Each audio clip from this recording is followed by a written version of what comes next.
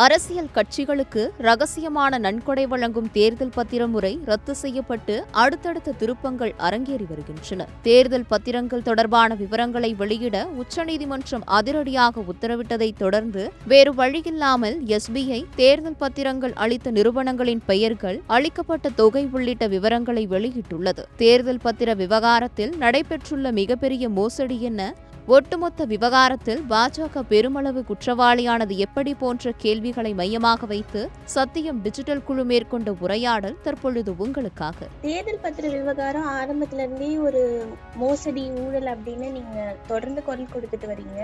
இதுல என்ன விஷயம் சார்? எதனால இது இப்படி இருக்கு?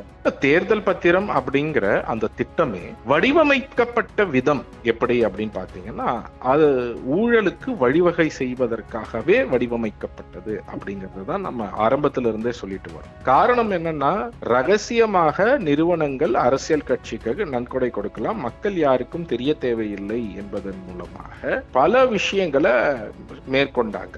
ஒன்று, அந்த ரகசியத்தன்மையை என்ன பண்ணுதுன்னா, என்ன காரணங்களுக்காக கொடுக்கப்படுகிறது. இப்போ ஒரு பெரிய டெண்டர் கொடுக்கலாம், அதற்காக பணம் கொடுக்கப்படலாம். அப்போ அந்த மாதிரி பல்வேறு விஷயங்கள், ஒருத்தரை இடி ஐடி ரெய்டு பண்ணியிருப்பாங்க, அவங்க மேல் நடவடிக்கை எடுக்காம இருக்கிறதுக்காக பணம் கொடுக்கலாம்.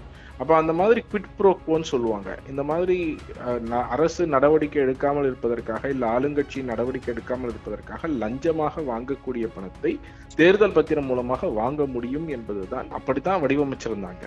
ரெண்டாவது, ஒரு லாபம் பார்க்கக்கூடிய நிறுவனம் தான் டொனேஷன் பண்ணலாம் அப்படிங்கிறத மாற்றி ஒரு நஷ்டம் பார்க்கக்கூடிய கம்பெனி கூட டொனேஷன் பண்ண முடியுங்கிற மாதிரி சட்ட திருத்தங்கள்லாம் செஞ்சாங்க.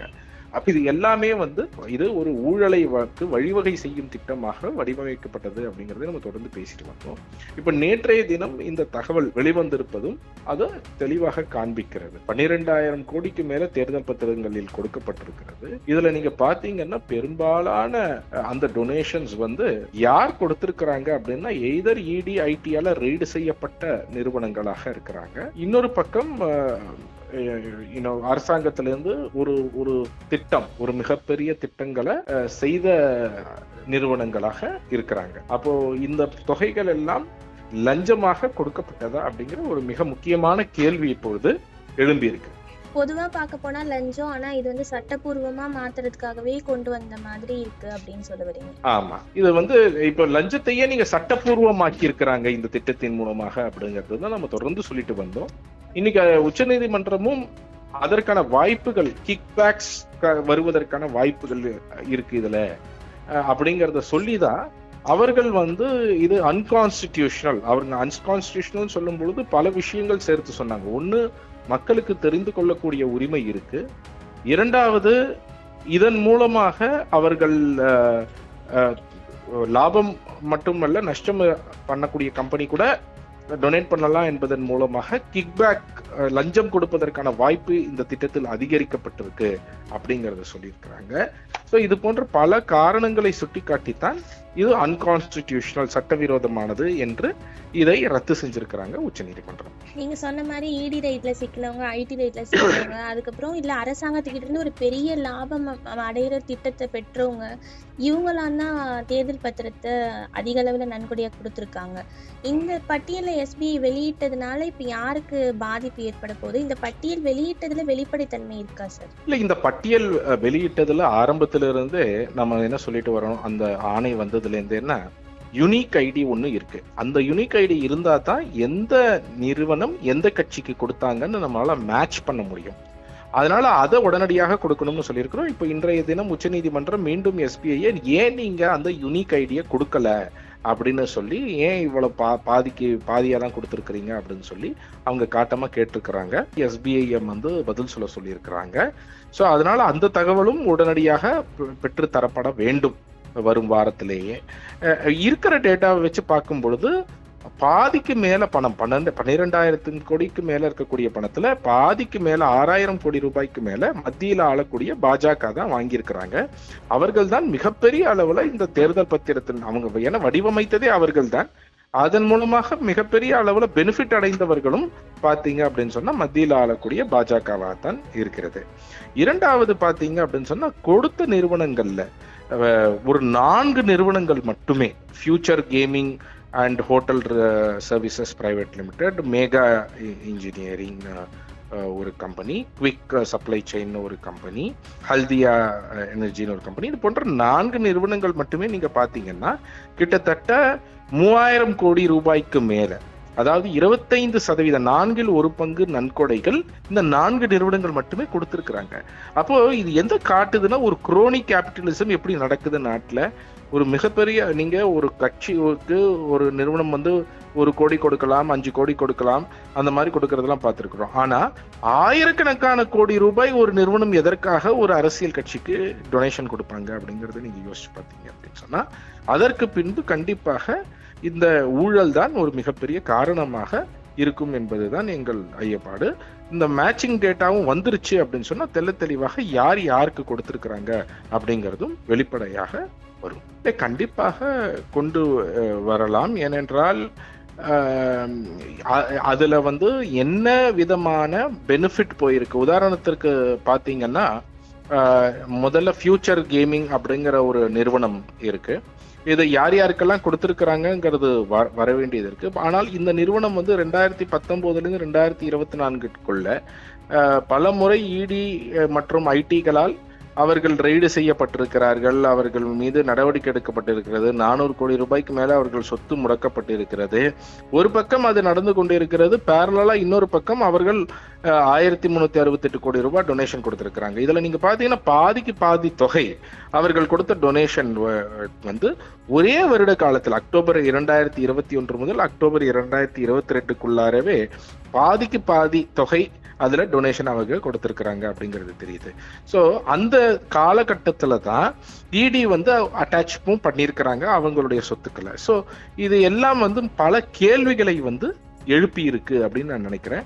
அதனால இதன் மூலமாக அடுத்த கட்டமாக யார் என்ன பெனிஃபிட் அடைந்தார்கள் என்பதும் வெளிவர தொடங்கும் அப்படின்னு நான் நினைக்கிறேன். ஒவ்வொரு நிறுவனங்கள் அந்த பெனிஃபிட் வெளிவர துவங்கியவுடன் அதில் சட்டவிரோதமான வழியில யார் யாருக்கு என்னென்ன பெனிஃபிட் போயிருக்கு அப்படிங்கிறது அறிந்த பிறகு அந்தந்த ஒவ்வொரு விஷயத்திற்கும் பாஜகவாக இருக்கட்டும், மற்ற வேறு சில அரசியல் கட்சிகள் அது மாதிரி செஞ்சிருந்தாங்கனாலும் அவர்கள் ஒவ்வொருவர் மீதும் நடவடிக்கை எடுக்கப்பட வேண்டும். அவர்கள் அந்த நடந்த ஊழல்களுக்கோ இல்ல முறைகேடுகள் என்ன நடந்திருந்தாலும் அது அனைத்திற்கும் அவர்கள் மேல் நடவடிக்கை எடுக்கப்பட வேண்டும்.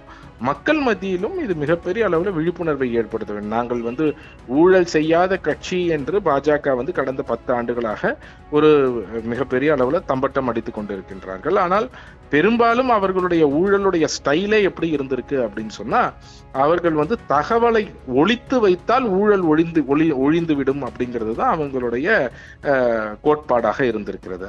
அதன் வழியாக டொனேஷன் இந்த மாதிரி நன்கொடைகளை ஒழிச்சு வைக்கிறது, பிஎம் கேர்ஸ் ஃபண்டா அதை ஒழிச்சு வைக்கிறது. அப்போ ஒழித்து வைத்தாச்சுன்னா அந்த நடக்கக்கூடிய முறைகேடுகள் எல்லாம் ஒழித்து வைத்து விட்டால் மக்களுக்கு தெரிய வராது. அதன் மூலமாக அந்த ஊழல்கள் வெளிப்படாது என்பதுதான் அவர்களுடைய வழியாக இருந்திருக்கிறது. இன்று அது வெளிவர தொடங்கி இருக்கிறது என்று நாம் நினைக்கிறோம். அடுத்ததாக அவர்கள் மீது நடவடிக்கையும் எடுக்கப்பட வேண்டும்.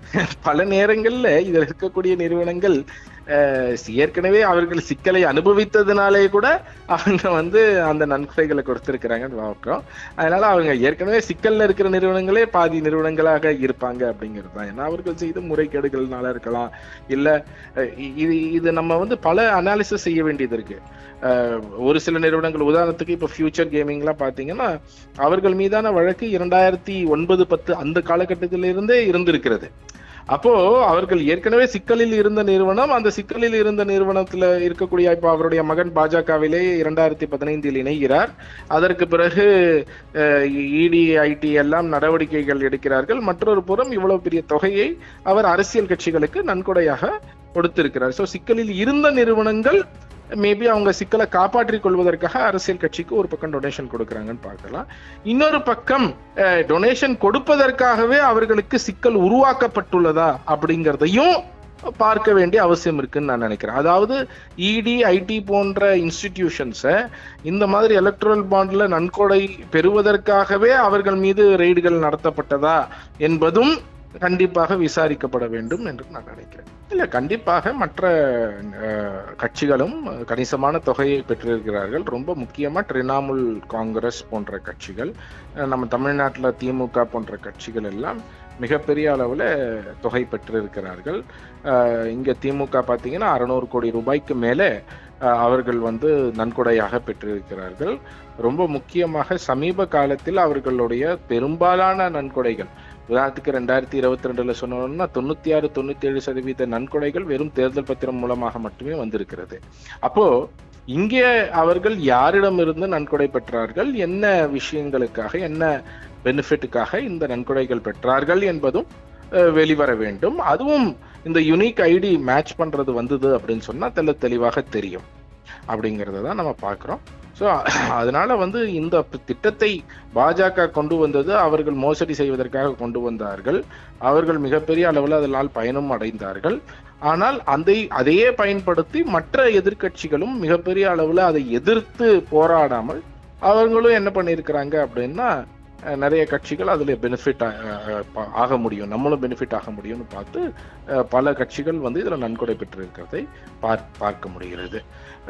மற்றொரு புறம் நம்ம சிபிஐஎம் போன்ற கட்சி எங்களுக்கு தேர்தல் பத்திரத்தில் நாங்கள் நன்கொடை வாங்க மாட்டோம் என்று சொல்லி இருக்கிறார்கள். அது பாராட்டுக்குரியது. இன்ஃபேக்ட் அவங்க கேஸ்லயுமே ஒன் ஆஃப் த பெட்டிஷனரா போய் ஃபைட் பண்ணியிருக்கிறாங்க அப்படிங்கிறதையும் நம்ம பார்க்க வேண்டிய அவசியம் இருக்குன்னு நான் நினைக்கிறேன். இந்த தேர்தல் பத்திர பட்டியல் விவகாரம் இது 2024 தேர்தலில் எந்த வகையான எதிரொலி ஏற்படுத்தும் சார்? இது கண்டிப்பாக ஒரு எதிரொலியை ஏற்படுத்தும். பாஜகவுக்கு நீங்கள் என்ன ஊழல் செய்தார்கள் என்று சொல்லுங்கள் அப்படின்னு சொல்லி இவ்வளவு நல்லா பல முறை கேட்டு வந்த வகையில இந்த கடந்த சில ஆண்டுகள்ல நடந்திருக்கக்கூடிய அனைத்து ஊழல்களை விட மிகப்பெரிய ஊழலாக இன்று தேர்தல் பத்திரம் என்பது கண்முன்னே இருக்கிறது அப்படின்னு நான் நினைக்கிறேன். அதனால மத்தியில் ஆளக்கூடிய பாரதிய ஜனதா கட்சிக்கு தேர்தல் பத்திர ஊழல் என்பது ஒரு மிகப்பெரிய சிக்கலாக அமையும் என்று நான் நினைக்கிறேன். ஓகே சார், நேரத்தை ஒதுக்கி பல கருத்துக்களை பகிர்ந்ததுக்கு ரொம்ப நன்றி சார். நன்றி. விறுவிறுப்பான அரசியல் திருப்பங்கள் மற்றும் பல தகவல்களை தெரிந்து கொள்ள சத்தியம் டிஜிட்டலுடன் இணைந்திருங்கள்.